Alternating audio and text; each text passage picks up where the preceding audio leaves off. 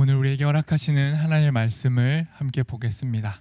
오늘 말씀은 요한복음 13장 31절에서 38절까지의 말씀입니다.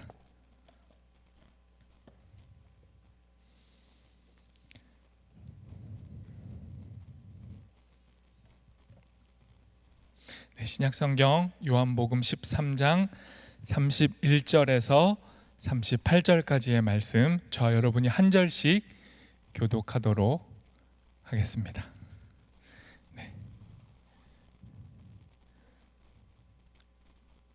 제가 먼저 읽을까요? 네. 여러분 화면에 안 떠도 다 읽으실 수 있죠? 네. 이런 날이 이렇게 불쑥 찾아옵니다. 네, 여러분 성경을 펴시고 온라인으로 함께 하시는 분들도 성경을 펴셔서 함께 하나님 말씀을 읽도록 하겠습니다. 요한복음 13장 31절에서 38절 저부터 읽겠습니다. 그가 나간 후에 예수께서 이르시되 지금 인자가 영광을 받았고 하나님도 인자로 말미암아 영광을 받으셨도다.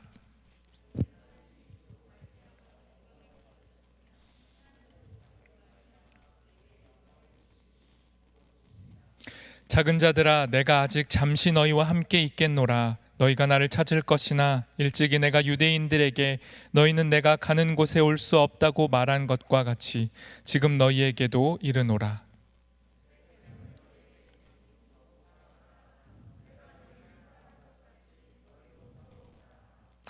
너희가 서로 사랑하면 이로써 모든 사람이 너희가 내 제자인 줄 알리라.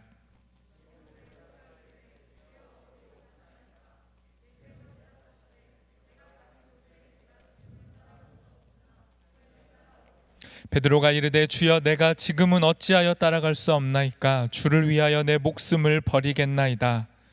예수께서 대답하시되 내가 나를 위하여 내 목숨을 버리겠느냐? 내가 진실로 진실로 내게 이르노니 닭 울기 전에 내가 3번 나를 부인하리라. 아멘. 네, 여러분 뜬금없이 고백을 좀 하자면 저는 요즘에 사랑에 푹 빠져 있습니다. 네, 짐작을 하시겠지만 태어난 지 4개월 된 아들을 향한 사랑입니다. 네, 너무 예뻐요. 네, 벌써 막 비웃으실 수도 있지만 아기가 웃을 때 예쁘고요. 울 때도 예쁩니다. 네, 진짜 신기해요. 울 때도 막 입을 최대한 벌리고 우는 모습이 너무 예쁘고요. 똥을 쌀 때도 예뻐요. 똥을 싸는 표정도 예쁘고 똥을 이제 닦아줄 때 그 흐뭇해하는 아이의 표정도 너무 예쁩니다. 제가 직접 이렇게 볼 수가 없을 때는 영상으로 보잖아요. 지금 상황이 이래가지고 영상으로 보면 그때도 너무 예쁩니다. 뭐 진짜 과장을 해서 세상에서 제일 예뻐 보여요. 그런데 이렇게 객관적으로 보면요, 우리 아기는 눈이 작아요. 저랑 엄마를 좀 안 닮은 것 같아요. 눈이 좀 작고요. 네. 이거 제가 해서는 안 될 발언이었을까요?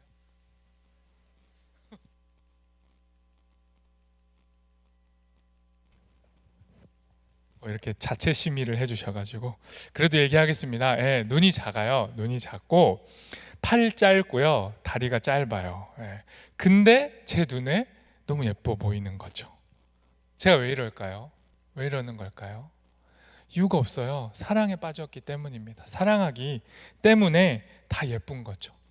이 사랑에 빠져서 좋은 점이 하나가 또 있어요. 그게 뭐냐면 제 아들이 이렇게 소중하고 예쁜 만큼 누군가의 딸과 아들인 아이들이 정말 소중하고 사랑스럽다는 걸 새삼 깨닫는 거죠. 누군가의 딸이고 아들이었고 아이였던 여러분도 그만큼 아름답고 소중하다는 걸, 저 역시도 아름답고 소중한 존재라는 걸 다시 깨달아 가는 것 같아요. 그런데 여러분, 만일 제가 제 아들이 너무 소중해가지고 다른 이의 자녀들을 만약에 미워하거나 혹은 우리 아들이 이겨야 되는 대상으로 여기면서 그 아이들을 바라본다면 제가 말하는, 고백하는 이 사랑은 어느 순간 이름이 바뀌겠죠. 시기, 미움, 경쟁, 질투, 다툼, 분노 같은 이름으로 사랑은 바뀌어버릴 겁니다. 개인의 사랑뿐만 아니라 사회와 국가 단위의 사랑도 그래요.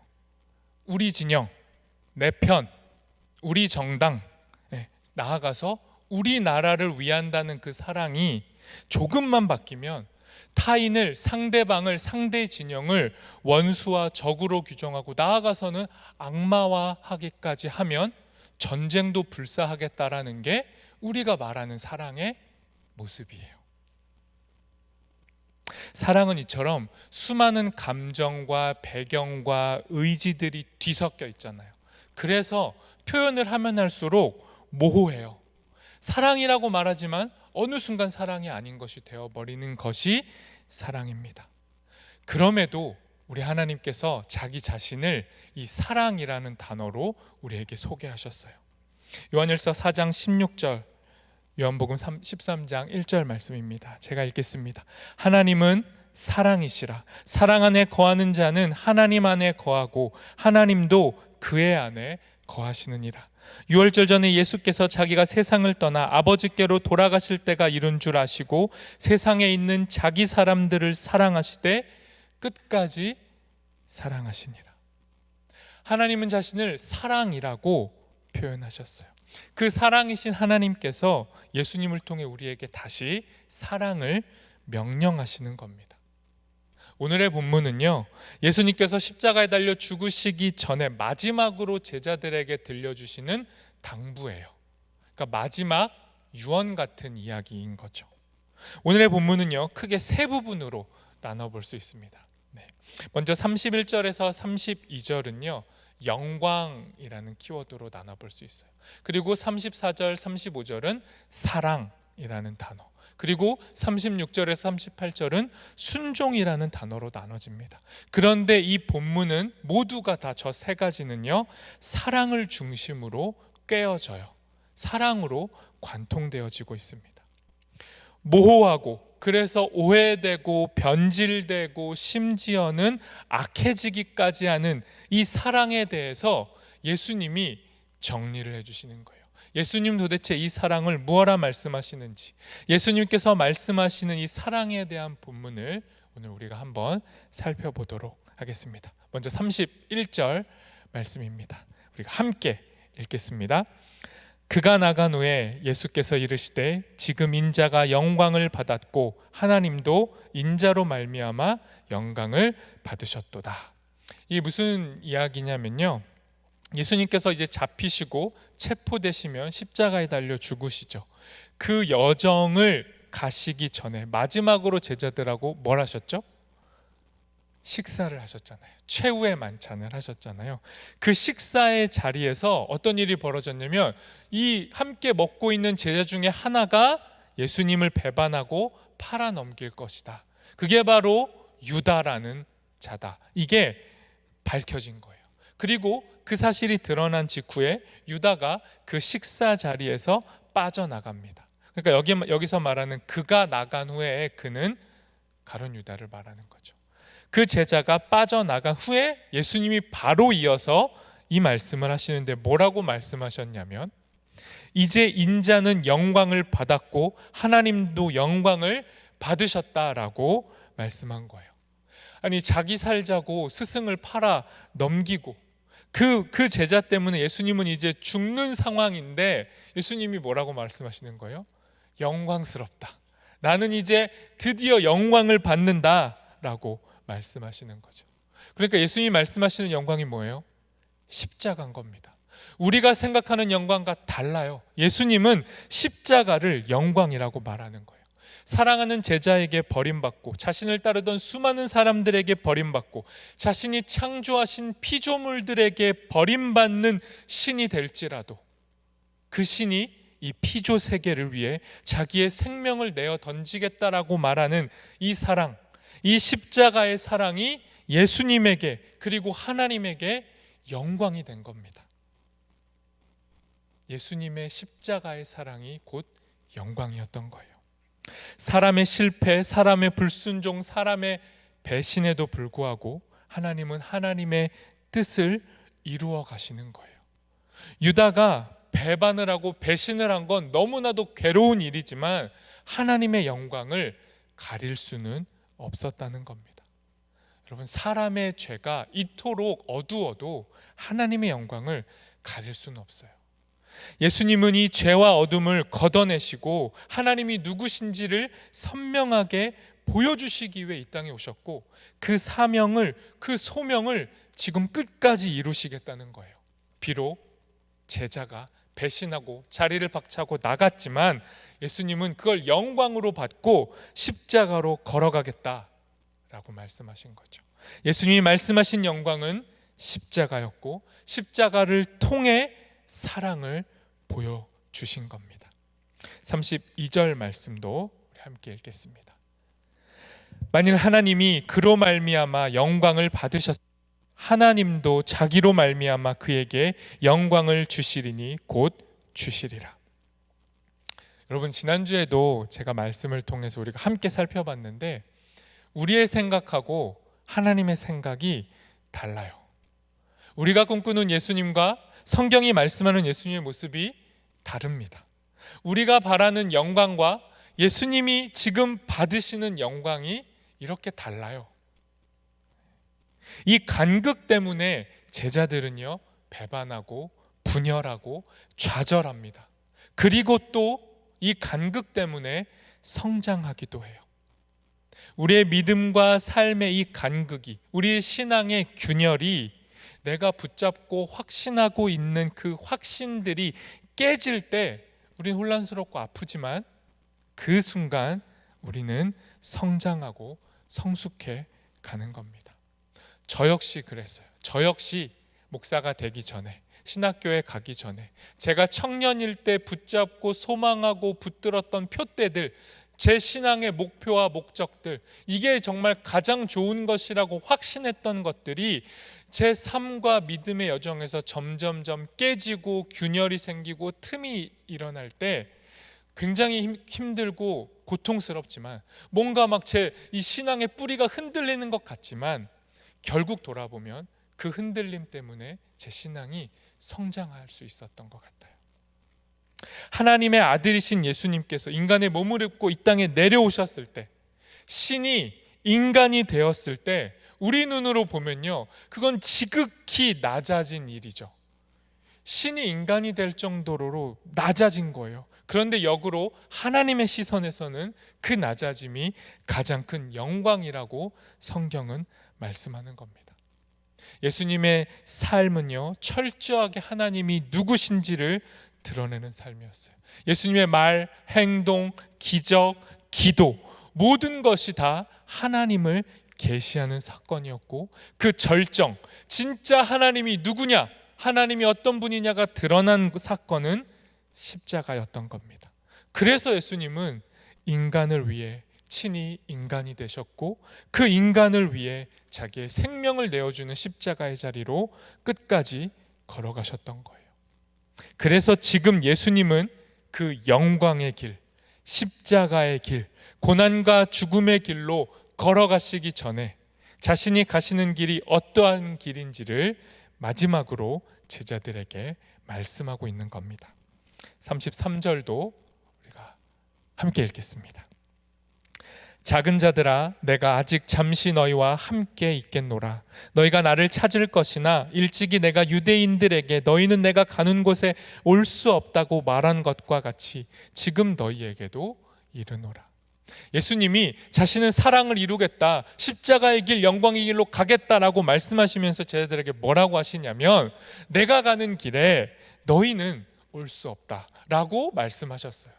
이게 누구에게 먼저 얘기하신 거냐면 유대인들에게 얘기하신 것인데, 두 구절, 요한복음에 나타나는 두 구절의 말씀 보겠습니다. 먼저 요한복음 7장 34절 제가 읽겠습니다.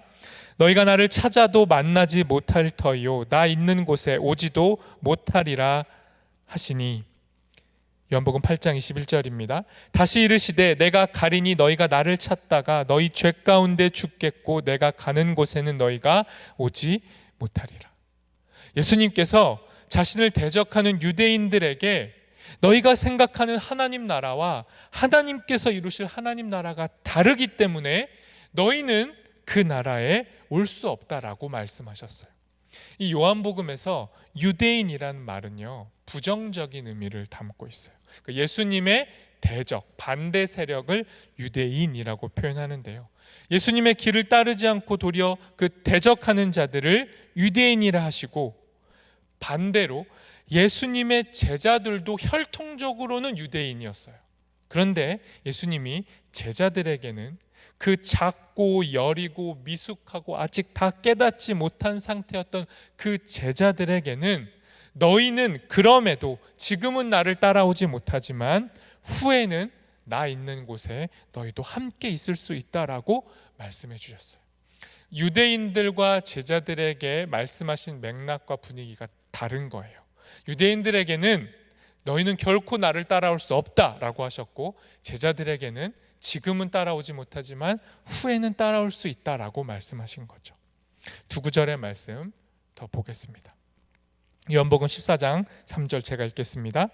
가서 너희를 위하여 거처를 예비하면 내가 다시 와서 너희를 내게로 영접하여 나 있는 곳에 너희도 있게 하리라.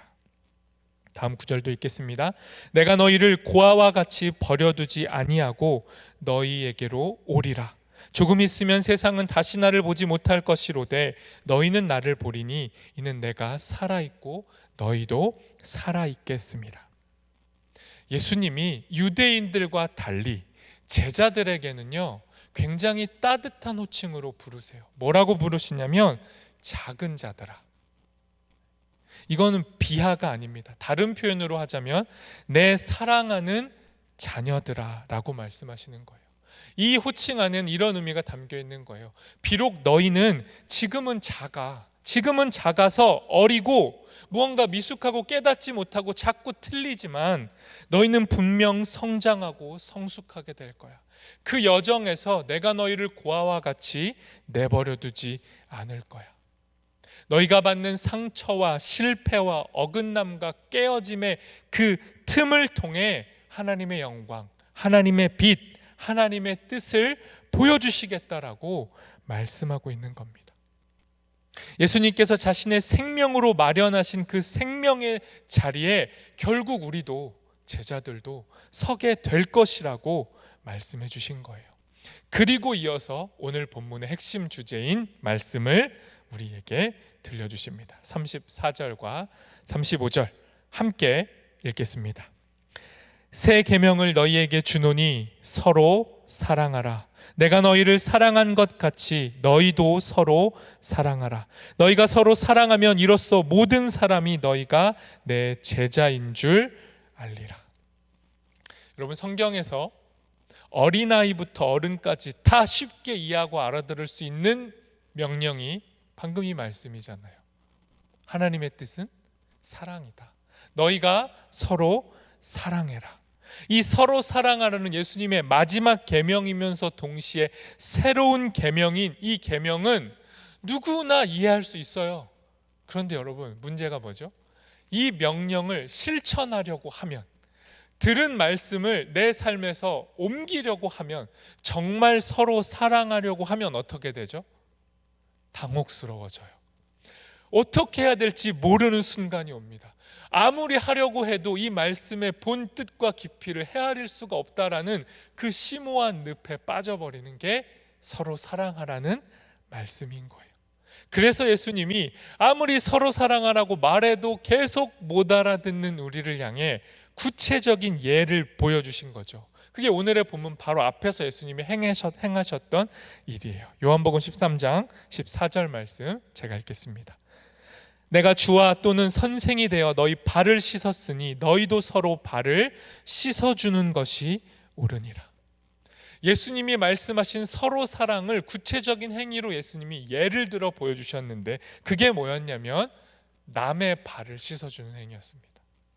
여러분, 이 행위가 왜 중요하냐면요, 우리는 누군가가 우리의 발을 씻겨주기를 원하잖아요. 남에게 자기 발을 맡기는 위치에 서려고 굉장히 애쓰고 노력하는 게 우리잖아요. 여러분, 제가 다리를 다쳐가지고 발을 잘 못 쓰잖아요. 그러면 이제 제 이 발을 마사지를 저희 가족이 해줘요. 그럼 제 마음이 어떨까요? 너무 좋아요. 여러분, 사랑하는 분들, 아끼는 분 있으면 발 마사지를 한 번씩 꼭 해주세요. 정말 좋아요. 이 발이 씻겨지고 발 마사지 해주면 제가 정말 사랑받는다라는 기분이 들어요. 그만큼 이 발을 닦여준다라는 것 자체, 그 자체에 힘이 있는데, 지금 무슨 상황이냐면 스승이, 주인이 제자의, 종의 발을 닦는 겁니다. 우리가 생각하는 룰, 기준을 뒤집어 놓는 거예요. 예수님이 무릎을 굽히고 낮아지셔서 제자들의 발을 씻어주시는 거예요. 우리 내면에 자리 잡은 이 욕망, 우리 안에 있는 정반대의 소리를 들려주시는 거예요. 서로 발을 씻어줘라. 예수님이 들려주시는 우리의 기준과 생각을 역행하는 이 발 씻어주시는 행위를 통해 베드로, 제자의 대표되는 베드로가 이렇게 바로 반응합니다. 요한복음 13장 8절, 베드로가 이르되 내 발을 절대로 씻지 못하시리이다. 예수께서 대답하시되 내가 너를 씻어주지 아니하면 내가 나와 상관이 없느니라. 서로의 발을 씻기라는 이 예수님의 명령은요, 우리 안에 자리 잡고 있는 우리 안에 이 견고한 기준과 질서와 방향을 뒤흔들어 놓는 거예요. 제자를 대표하고 우리의 상식을 대변하는 베드로가 말하는 거예요. 스승이 제자의 발을 씻을 수는 없습니다. 주인이 종의 발을 씻기는 경우는 없죠. 정해진 룰을 따라야 됩니다. 기본적인 질서는 지키셔야죠 라고 예수님께 베드로가 말한 거예요. 하지만 예수님이 이렇게 말씀하십니다. 스승이 제자의 발을 씻기고 주인이 종의 발을 닦는 게 하나님 나라의 질서다. 내가 너희의 발을 닦지 않으면 너희는 나와 상관이 없다. 너와 내가 맺는 우리의 관계는 주인이 종을 섬기는 것, 바로 이것이고 이것이 하나님의 사랑이며 하나님 나라의 문법이다 라고 예수님이 말씀하신 겁니다. 서로가 서로의 종이 되어 주어라. 이게 예수님이 우리의 생각을 뒤집어 엎고 하시는 말씀이에요. 성경은 서로 사랑하라는 이 예수님의 명령을 뭐라고 말하죠? 새로운 계명이라고 말해요. 그런데 이 예수님의 명령이 새 계명인 이유는 전에 없었던 무언가를 말씀하셨기 때문에 새로운 계명이 아닙니다. 원래 서로 사랑하라는 이 명령은 구약에 주어져 있었죠. 레위기 19장 18절입니다. 제가 읽겠습니다. 원수를 갚지 말며 동포를 원망하지 말며 내 이웃 사랑하기를 내 자신같이 사랑하라. 나는 여호와니라. 구약에는 분명 하나님 사랑과 이웃 사랑이 명시되어 있었어요. 하지만 유대인들이 이 사랑의 명령을 어떻게 받아들였죠? 이웃을 사랑하라는 이 명령을 유대인들은 왜곡하고 오해해 왔어요. 사랑받을 자격이 있는 자에게만 사랑을 실천하고 그 자격이라는 것, 사랑받을 수 있는 자격이라는 걸 자기들의 기준으로 정해놨어요. 혈통, 율법을 준수하는 것, 이런 사랑의 실천들, 자기들이 정해놓은 그 사랑의 실천 안에서만 이웃을 사랑하겠다라고 말한 거죠. 그리고 반대편에 있는 자들은 이웃이 아니라 뭐라고 정했어요? 적이고 원수라고 여기며 살아왔죠. 그렇게 자기들 안에서 사랑하는 것을 통해 자기들을 규정했고 자기를 보호하면서 방어하면서 살아왔던 게 유대인들이었어요. 이걸 제대로 보여주는 게 선한 사마리아인 비유인 거죠. 마땅히 도와줘야 될 이웃을 모른 척하고 지나가면서도 자기들은 이웃을 사랑하고 있다라고 착각했던 그들, 사랑이라고 써놓고 배타라고 읽었던 게 유대인들이었습니다. 그들의 사랑은 사랑이 아니라 배타적인 폭력이고 자기 방어였던 거예요. 그런 사랑은 하나님이 말씀하신 사랑이 아니라고 예수님이 밝혀주시는 겁니다. 그래서 예수님의 이 서로 사랑하라는 명령은 새로운 계명이 되는 겁니다. 하나님의 명령을 예수님께서 자기의 삶과 죽음과 부활을 통해서 새롭게 하신 거예요.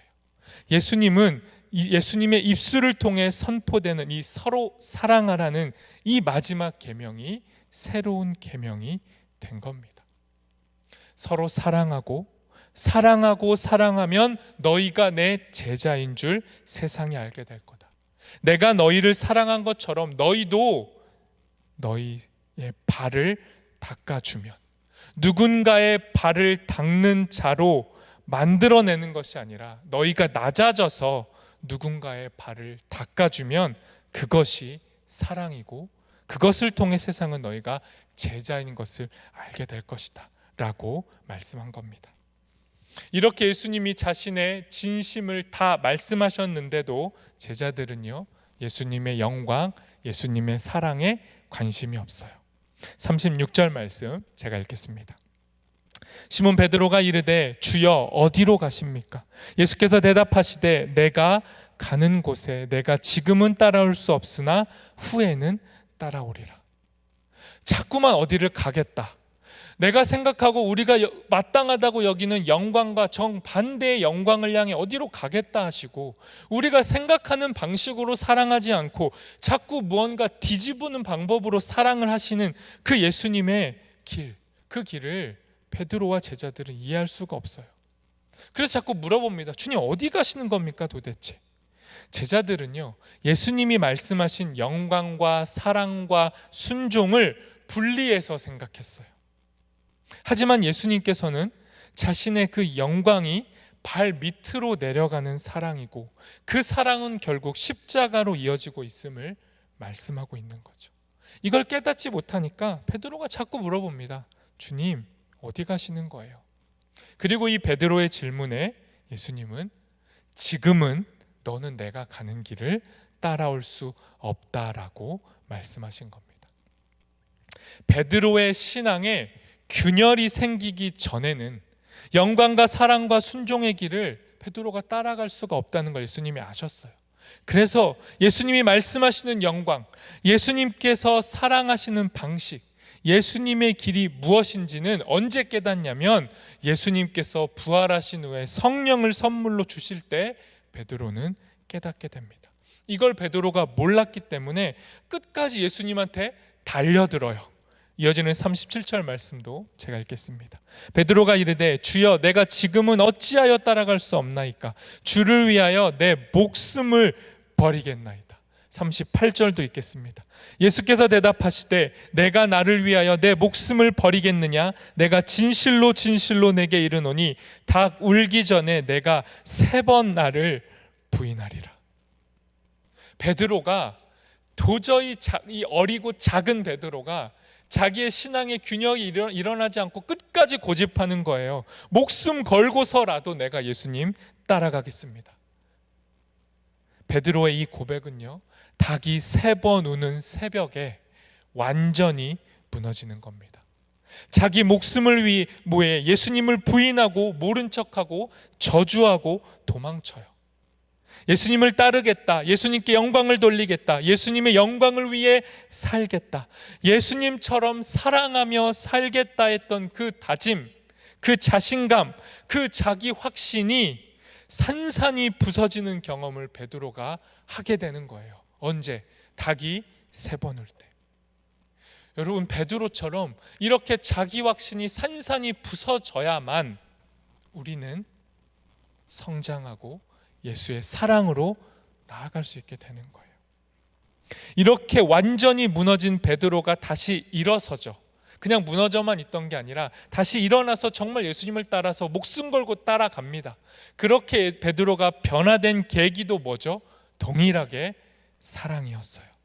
부활하신 영광의 예수님께서 그 도망쳤던 베드로와 제자들을 찾아가셔서 너희가 나를 여전히 사랑한다라고 다시 확인시켜 주실 때, 그때 종은 주인을 버리고 도망치지만 주인은 종을 위해 자신의 목숨을 내어주시는 그 사랑을 제자들이 깨닫고 변화되는 겁니다.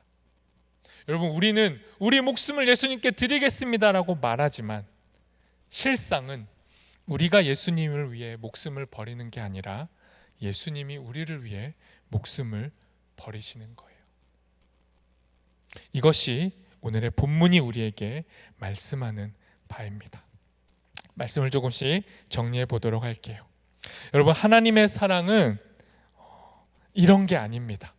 너희 목숨을 다해 나를 사랑해야 내가 너희를 사랑해 주겠다. 내가 제시하는 이 엄격한 기준을 따라오면, 합격 점수를 받으면 인정해 주겠다. 이게 하나님의 사랑 방식이 아니에요. 하나님이 우리에게 말씀하시고 예수님을 통해 보여주시는 건 우리가 점점점 세워가는 기준과 조건과 벽을 뛰어넘어서 내가 너희를 사랑하겠다. 이게 예수님의 말씀인 겁니다. 사랑하라는 계명은 유대인들이 오해했던 율법 같은 명령이 아니에요. 여러분, 제가 여기서 앞에서 아무리 여러분 서로 사랑하라 이 마지막 계명, 이 예수님의 본심은 율법 같은 명령이 아닙니다 라고 말을 해도, 여러분이 돌아서서 교회를 나가고 삶에서 묵상을 하고 실상을 살아가다가 삶을 살다 보면 여러분은 어떻게 되죠? 이 사랑하라는 말씀이 점점 율법처럼 들려져요. 그래서 사랑하지 못하면서 그 율법에 매여서 정작 진실로 사랑을 행해야 될 때 도망치는 우리의 모습을 우리는 발견하게 되는 겁니다. 여러분, 서로 사랑하라라는 이 예수님의 말씀을 다르게 표현해 볼게요. 제 말로가 아니라 성경의 말씀으로 바꿔서 말씀해 보겠습니다. 요한일서 4장 9절에서 11절 말씀입니다. 같이 읽을게요. 같이 읽읍시다. 하나님의 사랑이 우리에게 이렇게 나타난 바 되었으니 하나님이 자기의 독생자를 세상에 보내심은 그로 말미암아 우리를 살리려 하심이라.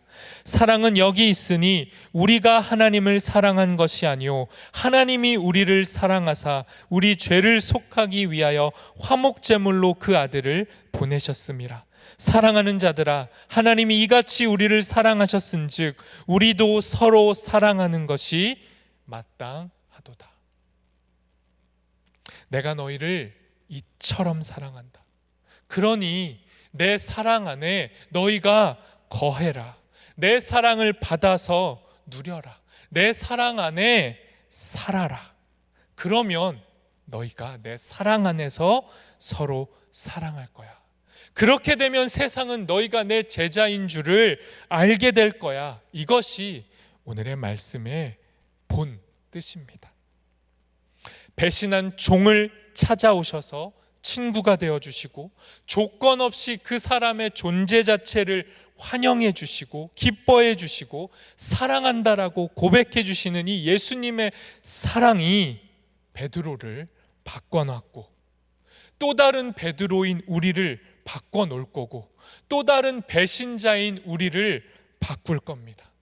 베드로처럼 주저앉아 있는 자의 그 삶, 자꾸만 삶으로부터 도망치는 우리에게 찾아오셔서 우리를 친구라 말씀하시고 선물 받은 그 사랑 안에서 우리를 다시 살려주실 겁니다. 이게 하나님의 사랑이에요. 그 사랑 안에 거하는 우리가 되었으면 좋겠습니다. 마지막으로 여러분, 우리는 어떤 영광을 구하며 살고 있는지 말씀을 통해 되물어 보시기 바랍니다. 우리의 영광과 예수님의 영광이 어떻게 다른지 질문해 보십시오. 우리는 서로 사랑하라는 이 새 계명 앞에서 어떻게 반응하고 있는지 돌아보시기 바랍니다. 그리고 우리는 지금 어디로 가고 있는지, 예수님께서 가신 그 사랑과 순종과 영광의 길로 가고 있는지 아니면 정반대의 길로 가고 있는지 말씀을 통해 돌아보는 우리가 되기를 소망합니다. 우리 시간 함께 찬양하고 기도하도록 하겠습니다.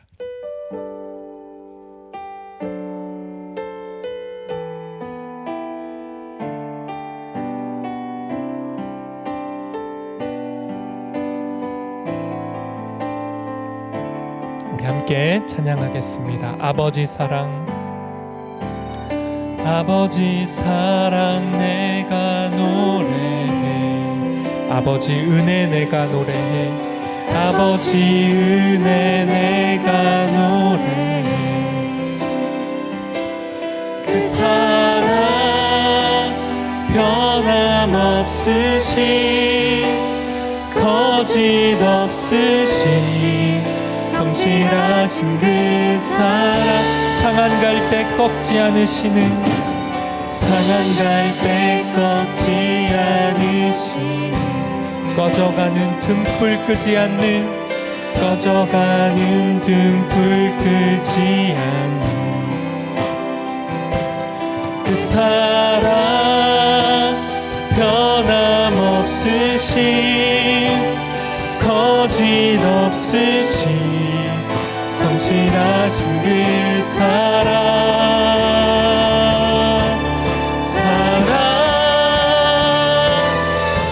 그 사랑 날 위해 죽으신 날 위해 다시 사신 예수 그리스도 다시 오실 그 사랑 죽음도 생명도 천사도 하늘의 어떤 권세도 끊을 수 없는 영원한 우리 한 번 더 고백합시다. 아버지 사랑 내가 노래해 아버지 사랑 내가 노래해 아버지 은혜 내가 노래해 아버지 은혜 내가 노래해 그 사랑 변함없으신 거짓 없으신 성실하신 그 사랑 상한 갈 때 꺾지 않으시는 상한 갈 때 꺾지 않으시는 꺼져가는 등불 끄지 않는 꺼져가는 등불 끄지 않는 그 사랑 변함없으신 거짓 없으신 성실하신 그 사랑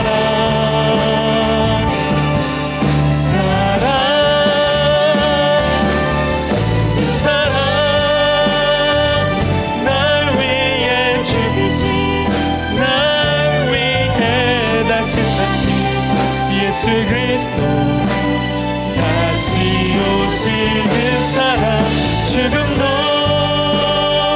생명도 천사도 하늘의 어떤 권세도 끊을 수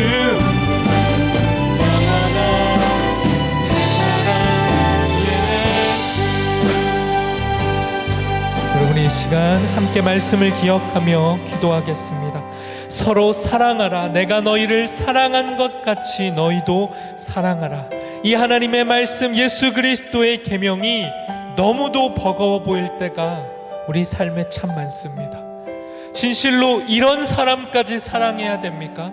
이런 상황 속에서도 내가 낮아져서 발을 씻기는 게 맞습니까? 주님, 이렇게까지 낮아져야 됩니까? 이건 지혜롭지 않은 것 아닌가요? 이건 도리어 하나님의 영광과 사랑을 가리는 게 아닐까요?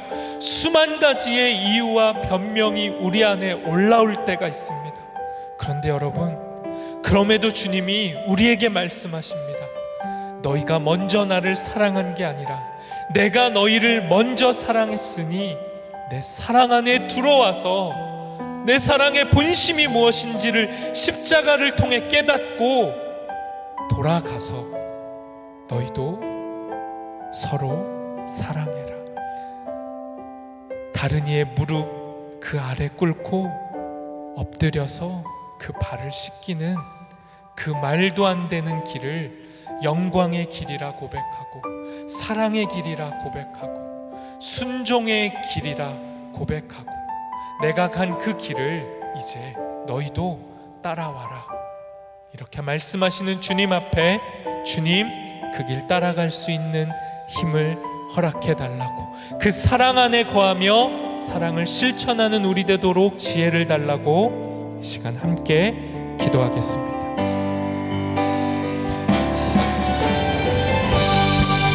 하나님, 그 누구도 다 이해할 수 있을 것 같은 서로 사랑하라는 주님의 이 단순한 말씀이 우리의 삶에서 실천되려고 할 때는 너무도 버겁습니다. 주님, 사실 우리는 단 한 사람도 사랑할 힘이 없습니다. 하나님, 우리는 내 편, 나에게 유익이 되는 사람, 나의 진영, 내 가족, 나의 부모, 나의 친구, 나의 교회, 내게 속한 자들만을 사랑하는 자들입니다. 하나님, 우리는 그토록 이기적이고 배타적이고 편협한 사랑 안에 갇혀 있음을 고백합니다. 그러나 주님, 우리에게 오셔서 나의 작은 자들아, 나의 자녀들아, 너희가 지금은 미처 깨닫지 못할지라도 너희가 성장하여 내 길을 따라올 수 있다라고 말씀해 주시니 감사합니다. 주님, 우리를 십자가 앞으로 인도해 주십시오. 십자가와 부활을 통하여 우리를 성장시켜 주십시오. 주님의 말씀을 진실로 우리의 삶에서 이루어 주십시오. 주님의 계명이, 주님의 사랑이 우리의 삶에서 이루어지게 하여 주십시오. 우리 안에 오셔서 성령 하나님, 주님의 뜻을 이루어 주십시오. 주님의 뜻을 이루어 주십시오.